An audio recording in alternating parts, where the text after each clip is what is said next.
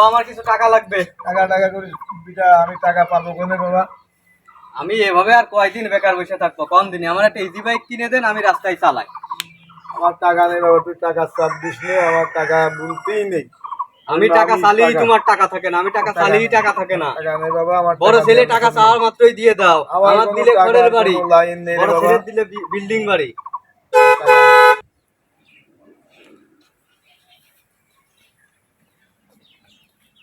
কি অবস্থা? হ্যাঁ আছি বাবু, ভালো আছে ভালো আছে। কি মনে করি? আসলাম যে কিছু ব্যবসা করবো তো, হ্যাঁ হ্যাঁ। টাকার দরকার ছিল। কত টাকা বাবা? এই 50 লাখ মতো হলে হবে না? ঠিক আছে, কত টাকা কি আছে কাছে? তো যাই আছে কিছু কাঠের থেকে তুলে নাও, নিয়ে আর দিয়ে দেবো। আচ্ছা, ভালো আছি, থাক, চলে গেলাম, তোমার দেখো না। আচ্ছা ঠিক আছে।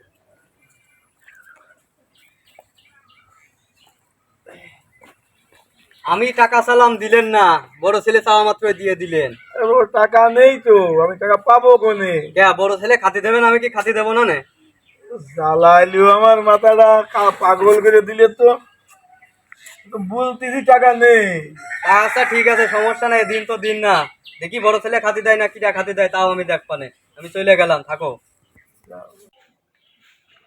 বাপ আমার সারা জীবনে ঠকিয়ে গেল। বড় ছেলের দায় ভরি ভরি আমি চালিয়ে কিছু পাইনি। আমি কিভাবে কি করব? যাই আজকে একটু মাতুব্বারের কাছে বিচার দিই, দেখি এলাকার মাতুব্বার কি করে, আমার কিছু করে দিতে পারে কিনা। মাতুব্বার সাহেব কি বাড়ি আছেন নাকি? আছে। দরকার ছিল। আমি রাজু বলছিলাম। ও রাজু, ভালো আছো? ভালো আছেন? আমি তো ভালো নেই। বসো বসো। আমি আসলাম আপনার কাছে একটা অভিযোগ দিতে। না আপনি বসেন, আমি দাঁড়িয়ে থাকি। কি বলো? আমি আসলাম আপনার কাছে যে আমি তো আমার বাবার ছোট সন্তান, তার একটা বড় সন্তান আছে। তাই? হ্যাঁ, কিন্তু সে শুধু বড় সন্তানেরই দেয়, আমার কিছুই দেয় না। আমি খুব আত্মীয়তার ভিতরে আসছি, আমি বেকার আর কত ভাবে পারি। বললাম এই দিবাই কিনে দিতে, সে তো দিল না। আমার তো ধারে দিল। এখন আমি কি করবো? আপনার কাছে একটা বিচার দিলাম, আপনি একটা সঠিক বিচার করে দেবেন। এটা তো বাবা খুবই অন্যায় কথা। তোমার বাপ তো এটা ঠিক করতেছে না। আচ্ছা ঠিক আছে, তোমার বড় ভাই সাইদের নাম্বার আমার কাছে আছে। হ্যাঁ, আমি সাইদের কাছে একটু কথা বলে আগে দেখি সাইদ কি বলে। আচ্ছা ঠিক আছে।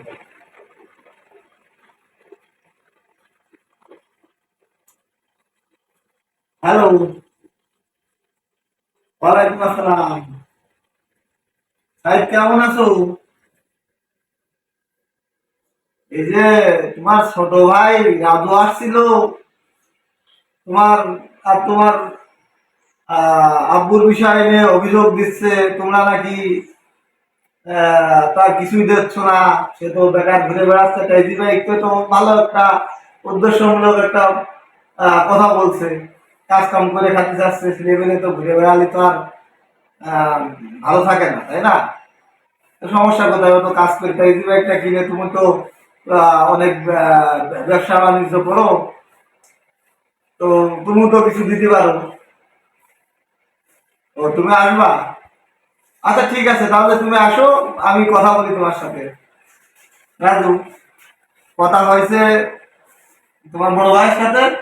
তুমি বাবা তাহলে এখন যাও, সাইড আসুক, ওর সাথে কথা বলি, কথা বলে একটা তোমার ভালো ব্যবস্থা করে দেবো। আচ্ছা ঠিক আছে, তাহলে আমি আসবো। হ্যাঁ ঠিক আছে। আসসালামু আলাইকুম।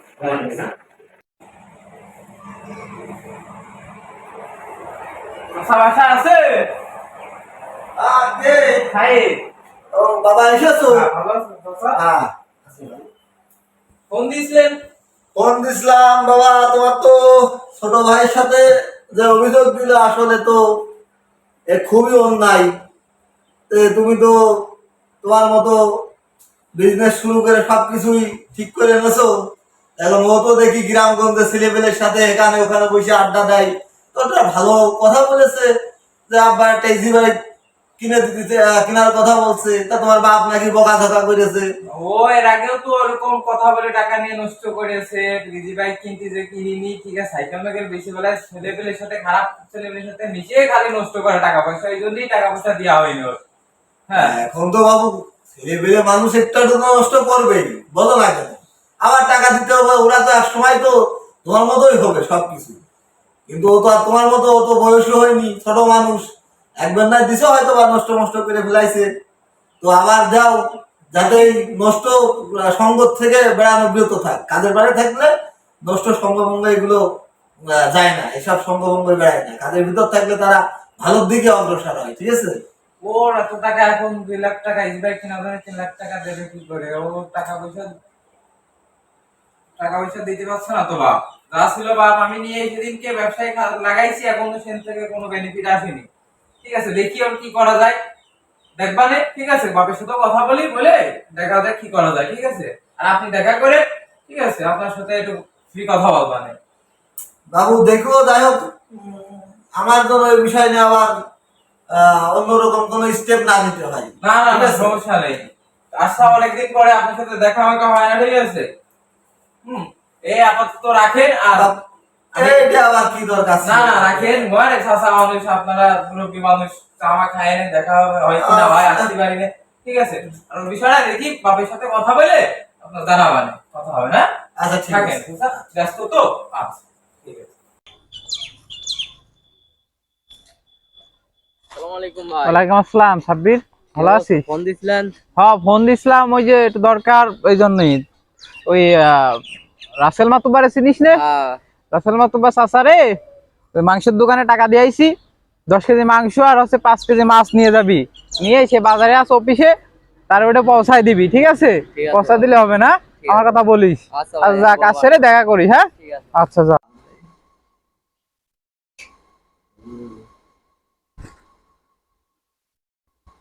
ওয়ালাইকুম কাকা। ওয়ালাইকুম আসসালাম। আগো, তোমার চিনা একটা সাব্বির ভাইস্তা না গো? হ্যাঁ, ও, তা কি গো এই যে বাবা? সাইদ ভাই 10 কেজি গরুর মাংস আর 5 কেজি ইলিশ পাঠিয়েছে।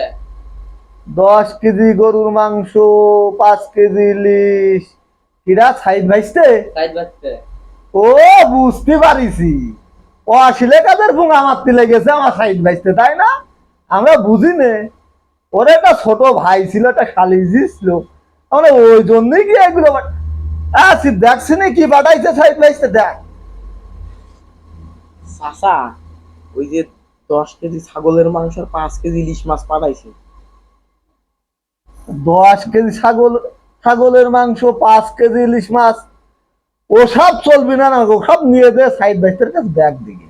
ও এখন ছাগলের মাংসের দামও বেশি, ইলিশ মাছের দামও বেশি। যা দেশে বাবু দেও, আমি চাষের কাছে দিয়ে আসি। খালি ছাড়িয়ে দিয়ে তো লাভ নেই, বুঝতে পারছো? ছাগলের মাংসের দাম একটু বেশি, আর ইলিশ মাছ তো পাওয়াই যাচ্ছে না বাজারে। কি করা যায়? যা, খালি তুই চাষির ভাইস্তে দাও গো, দাও। দাও দাও। আচ্ছা, আর ওই সাইদির কাছে বললো বিষয়টা দেখবে না, যাও তুমি, যাও বাবু, ওটা আমি দেখবা। তাহলে বিষয়টা দেখেন কাকা। বাচ্চাটা আপনি একটু কথা বললেন। আচ্ছা ঠিক আছে, যাও। তা ঘটনা হচ্ছে, আরে আসিফ, এদিকে আই। কাকা, ওই ঘটনা হচ্ছে, চাষি তো মাছ আর গোড়ের দিকে খুব খুশি হয়েছে। যাক, খুশি হয়েছে। হ্যাঁ হ্যাঁ, আচ্ছা, ঘটনা হচ্ছে ওই সাইদ বিটা মনে হয় ভালোবাসে জিনিসগুলো পাঠাইছে, তাই না? মনে হয় তাই। আর ওই রাজু দুনিয়ার অকামের পুঙা মেরিয়ে বেড়াই, ওরে বাবা, ওর খামাকা ওর জন্য সুপারিশ করে লাভ নেই।